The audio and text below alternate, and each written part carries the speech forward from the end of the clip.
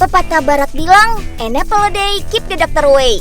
Artinya, makan satu buah apel sehari, kita nggak perlu lagi ke dokter. Soalnya, buah apel punya banyak khasiat untuk kesehatan. Kayak apel mana lagi ini nih? Desa Kayu Kebek di dataran tinggi Tengger, Jawa Timur adalah kampungnya apel. Di sini, kita bisa menikmati panen apel setiap hari. Saking banyaknya apel yang dipetik, ngangkutnya sampai harus pakai truk nih. Itu pun masih ada sisa apel yang belum keangkut loh. Apel-apel sisa ini biasanya yang kualitasnya gak memenuhi standar untuk dijual. Jadi terpaksa deh kita makan sendiri. Atau bisa juga kita olah jadi minuman sari apel. Wih, seger.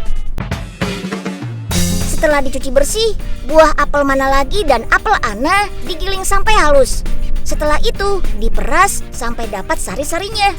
Biar bisa jadi banyak, sari apel perlu dicampur dengan air gula. Kemudian dimasak. Terus dikemas deh. Ini oleh-olehnya khas Kota Batu di Jawa Timur. Selain minuman, kandungan antibakteri yang tinggi pada apel mana lagi juga bisa buat bahan pasta gigi loh. Kalau kita pernah makan apel mana lagi, pasti ngerasain tuh keset-keset di gigi. Ini karena kulit dan daging buah apel mana lagi banyak mengandung zat katekin, zat yang ampuh membersihkan gigi dari kuman. Zat katekin dalam ekstrak apel selanjutnya tinggal ditambahkan pada bahan-bahan pembuat pasta gigi. Dijamin deh gigi kita bebas kuman kalau pakai pasta gigi ini. Lebih bersih dan sehat. Terus nggak perlu ke dokter gigi lagi deh. Dari sekian banyak tanaman buah yang tumbuh subur di Nusantara kita, buah-buahnya selalu menjadi berkah bagi yang menanamnya. Nah, yang pingin berkebun buah, tonton si Unyil hari ini sampai selesai ya. Come on! Si Unyil, yuk kita come on! Bulan-bulan segini lagi musim durian nih. Panennya dari bulan Oktober hingga Februari. Si raja buah ini merupakan buah asli Indonesia loh. Jadi semua durian yang ada di dunia bibitnya dari Indonesia. Selain durian Medan yang menjadi favorit, ada durian blonde dari Banyuwangi nih. Kulit duriannya berwarna kuning cenderung oranye. Daging buahnya berwarna merah. Durian ini tidak mengeluarkan bau menyengat loh. Katanya durian ini merupakan persilangan durian dengan buah lai. Itu loh, buah khas Kalimantan yang mirip sama durian. Sepanjang bulan Februari sampai Maret, kita bisa menikmati durian merah ini sampai puas. Saat ketersediaan daging durian berlimpah, selain dibekukan, bisa juga diolah jadi durian goreng gini nih. Bikinnya gampang kok, daging durian tinggal dibungkus bersama kulit pancake. Terus dilapis tepung roti deh. Anyway, umur buah durian jauh lebih tua loh dari kita-kita. Bahkan sudah ada sejak zaman kuno. Kalau kata ahli sih, sudah ada sebelum Candi Borobudur dibangun. Kira-kira pada 750 Masehi. Sudah ribuan tahun yang lalu. Widih. Nah, biar tahan lama, durian gorengnya dibekukan deh. Kalau pengen, tinggal digoreng. Yummy! Biar biji durian, sisa mengolah durian goreng gak terbuang sia-sia, kita bikin jadi bakso aja yuk. Banyak yang gak tahu nih, kalau biji durian yang suka dibuang itu mengandung serat yang berguna untuk tubuh, tinggi protein, mengandung fosfor, serta tinggi kalsium. Ada juga kandungan minyak esensial dan saripati karbohidrat yang bisa membuat perut kita awet kenyang. Nah, makanya ideal banget kan kalau dijadiin tepung dan diolah jadi bakso. Tinggal dikeringkan dengan cara dijemur atau di oven seperti ini. Setelah dihaluskan, tinggal dicampur deh dengan bahan pembuat bakso lainnya. Proses membuatnya gak jauh beda kok sama bakso daging sapi. Sama-sama membutuhkan es batu untuk menjaga suhu adonan, biar tekstur baksonya tetap ciamik. Karena nggak pakai bahan pengawet, bakso biji durian ini hanya bisa tahan 12 hari jika disimpan pada suhu 4 derajat Celcius. Jeruk ukuran jumbo. Ada nih di Lembang, Jawa Barat. Namanya jeruk dekopon. Jeruk ini merupakan persilangan dari jeruk Poncam yang manis tanpa biji dengan jeruk Kiyomi yang berukuran jumbo. Dan hasilnya jeruk jumbo tanpa biji. Dengan daging buah yang super manis. Wah, jeruk ini bisa ditanam dengan teknik okulasi. Idealnya ditanam di dataran tinggi berhawa sejuk ya. Normalnya jeruk dekopon mulai bisa dipanen setelah 9 bulan tanam dan akan terus berbuah sampai 20 tahun. Dalam satu pohon bisa menghasilkan hingga 80 kg atau sekitar 30 sampai 40 buah jeruk. Kalau di pasaran, jeruk jumbo asal Jepang ini dihargai antara 50 hingga 80 ribu rupiah per kilonya. Ngomongin jeruk jumbo, yang satu ini jangan sampai lolos nih. Si jeruk Bali alias jeruk pomelo. Meskipun namanya jeruk Bali, tapi asalnya bukan dari Bali ya. Jeruk pomelo merupakan buah khas Asia Tenggara yang bisa dijumpai di Malaysia dan Thailand. Di Kabupaten Magetan, Jawa Timur, jeruk pomelo jenis Adas nih yang banyak dibudidayakan dengan cara dicangkok. Uniknya, batang yang sudah dikupas biasanya akan diolesi bawang merah. Katanya sih untuk merangsang pertumbuhan akar. Selain dikonsumsi segar, daging jeruk pomelo juga bisa loh dibuat jadi sup. Beda lagi nih sama jeruk yang satu ini, kulitnya justru dibuat jadi marmelat. Jenis jeruk yang digunakan sebagai bahan baku marmelat adalah jeruk Sunkist Valencia. Jenis ini paling sering digunakan karena punya kulit buah yang cukup tebal. Aslinya, bahan dasar membuat selai dan marmelat sama saja kok. Bedanya ya di campuran kulit buah khas marmelat ini. Kulit jeruk harus direbus dulu ya, biar teksturnya lebih lembut sehingga mudah dikunyah dan rasanya nggak terlalu pahit. Oh iya, dulu marmelat dan selai merupakan bekal wajib para pelaut loh. Soalnya dibuat dari keluarga sitrus yang kaya vitamin C. Olahan ini bisa menyelamatkan pelaut dari penyakit scurvy dan kudis loh. Yap, kandungan vitamin C, kalsium, zat besi, dan gizi lainnya terbukti bisa membantu menjaga daya tahan tubuh. Jadi nggak mudah sakit deh. Selain buat olesan roti, marmelat yang tahan sampai 1 tahun ini ternyata enak juga loh dibikin jadi dessert kekinian. Pertama, padatkan biskuit yang sudah dihancurkan. Terus, tuang saus putih yang terbuat dari campuran susu, gula, serta keju. Creamy banget. Dan untuk cita rasa segarnya, jangan lupa beri selai marmelat jeruk. Nutrisi pada marmelat terbukti lebih kaya karena kulit buah sitrus bermanfaat untuk menurunkan kadar kolesterol. Terus ada kandungan flavonoidnya juga nih yang berfungsi untuk menghangatkan tubuh. Mantap kan?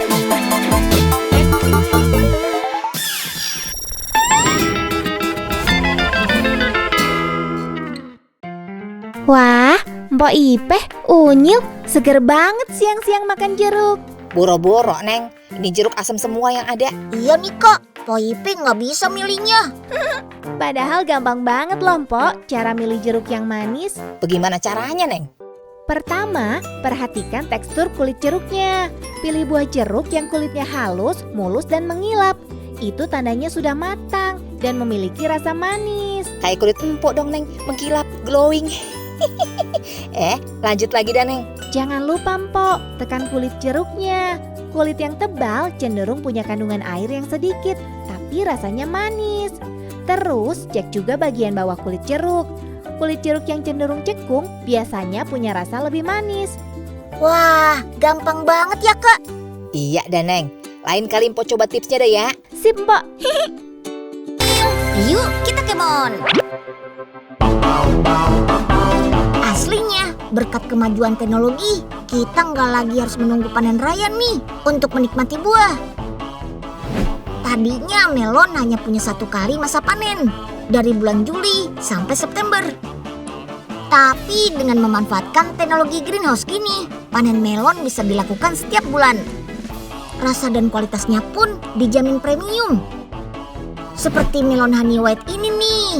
Berbeda dengan melon biasa, kulit melon honey white berwarna putih. Sedangkan daging buahnya berwarna oranye seperti ini. Wah, kelihatan segar banget ya. Selain rasanya yang manis, tekstur daging buahnya juga tidak terlalu berair dan terasa crispy. Yuk kita kulik rahasia untuk menghasilkan melon kualitas premium gini. Come on! Kita mulai dari bibit melonnya dulu ya.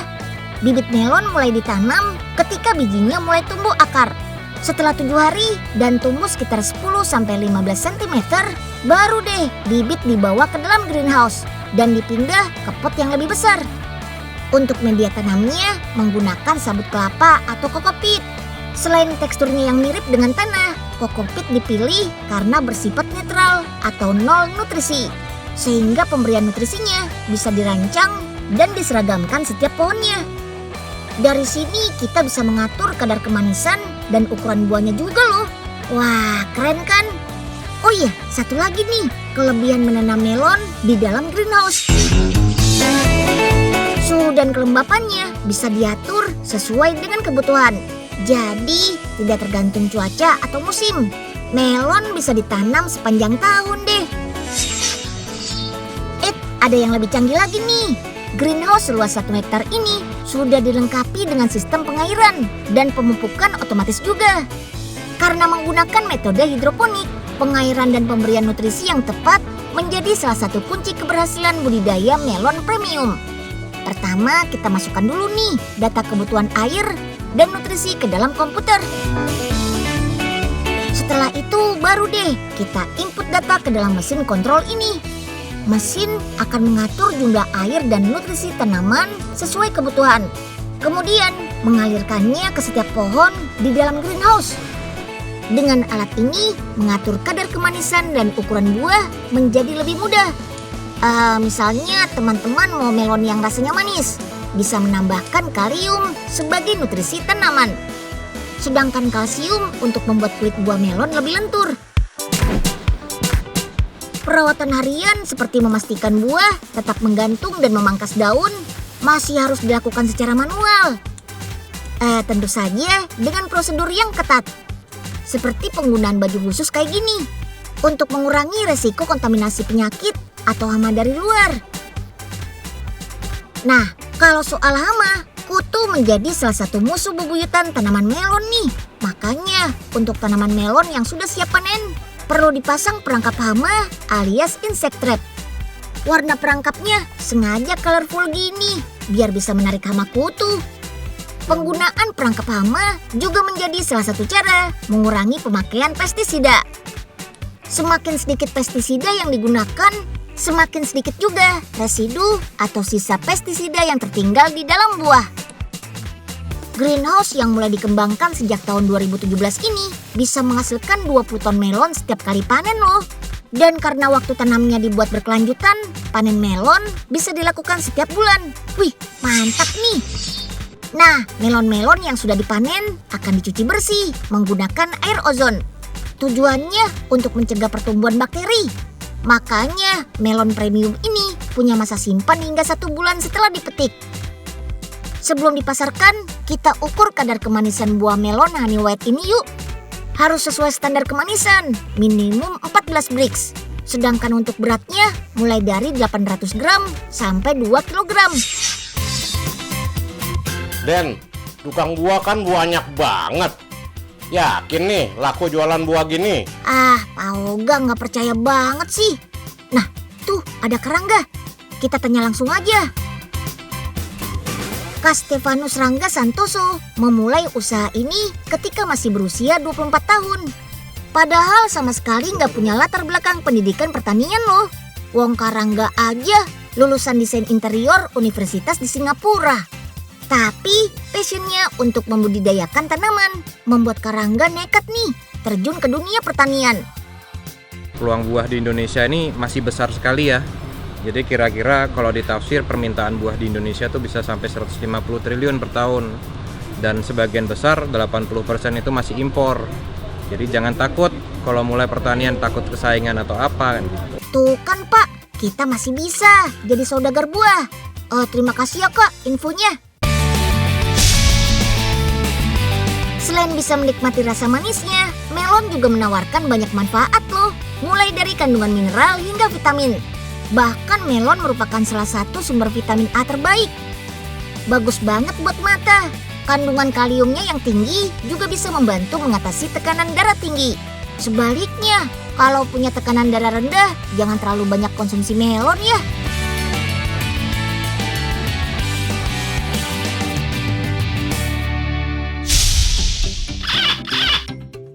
Wih, keren banget ya Prof. Robot panennya sudah otomatis. Wah, iya dong Nyil. Robotnya otomatis menangkap benda bulat seperti buah itu. Ayo Prof, bisa dicepetin nggak ini robotnya? Sewa becanya per menit nih soalnya. Sabar Pak Oga. Terus kalau buahnya sudah selesai dipanen gimana Prof? Ya, nanti akan otomatis Prof, tolong. Gimana ini Prof? Dikira pala Pak Oga melon tanpa biji apa ya?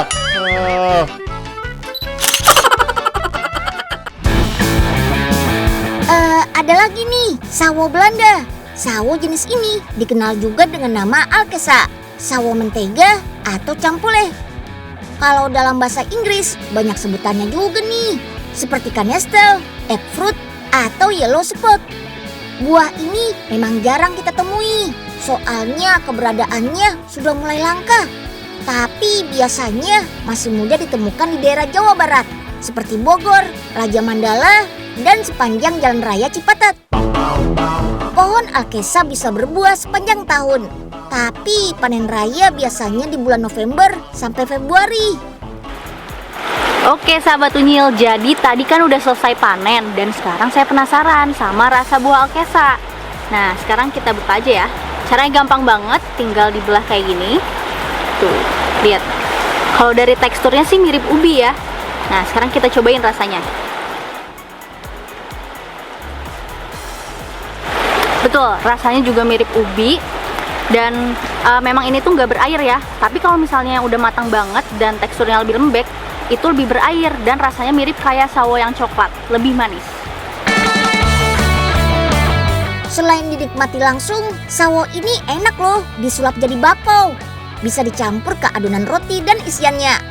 Bisa dibuat rasa original, sawo mentega coklat, dan sawo mentega matcha juga. Kalau cara bikinnya sih sama kayak bakpao biasa, cuma isiannya aja yang beda dengan resep asli bakpao. Yap, kuliner asli dari Tiongkok ini tadinya hanya punya isian daging. Kalau sekarang sih sudah bisa diisiin sawo mentega yang kaya karoten, tiamin, niacin, karbohidrat, serta vitamin dan mineral. Bentuknya juga lucu-lucu lagi. Ada yang mirip tokoh animasi favorit, ada yang mirip sawo mentega. Yuk kita kemon. Dengan teknologi freeze drying ini, kita bisa loh mengawetkan buah tanpa mengurangi kandungan nutrisinya. Semua jenis buah bisa diolah menjadi buah kering, seperti buah nanas, mangga, manggis, dan apel. Masing-masing buah disusun terpisah, karena setiap buah memiliki kadar air yang berbeda. Durasi proses pengeringan juga nggak sama untuk setiap buah. Dengan cara dikeringkan, buah musiman yang biasanya hanya dapat disantap pada waktu-waktu tertentu jadi bisa dimakan setiap saat. Alat ini bekerja dengan cara membekukan buah terlebih dahulu. Tujuannya agar bentuk dan tekstur buah tidak berubah dan tampak seperti buah segar. Kalau buah sudah membeku, baru deh cairan yang terkandung di dalam buah dihilangkan. Teknik pengeringan beku sebetulnya sudah dikenal sejak zaman Perang Dunia Kedua. Saat itu teknik pengeringan beku digunakan untuk membekukan plasma darah, sehingga mudah digunakan saat darurat. Setelah perang, teknik pengeringan beku mulai digunakan untuk berbagai produk makanan. Budaya mengawetkan buah gini sebenarnya sudah lazim di negara-negara barat. Panen yang berlimpah akan disimpan untuk digunakan sepanjang musim dingin. Ini dia untungnya tinggal di negara tropis. Kita bisa menikmati aneka buah segar sepanjang tahun. Itu dia info terakhir dalam episode Buah-Buah Berkah hari ini. Semoga bermanfaat ya dan bisa menginspirasi teman-teman di rumah. Sampai jumpa dalam episode Si Unyil lainnya. Dadah!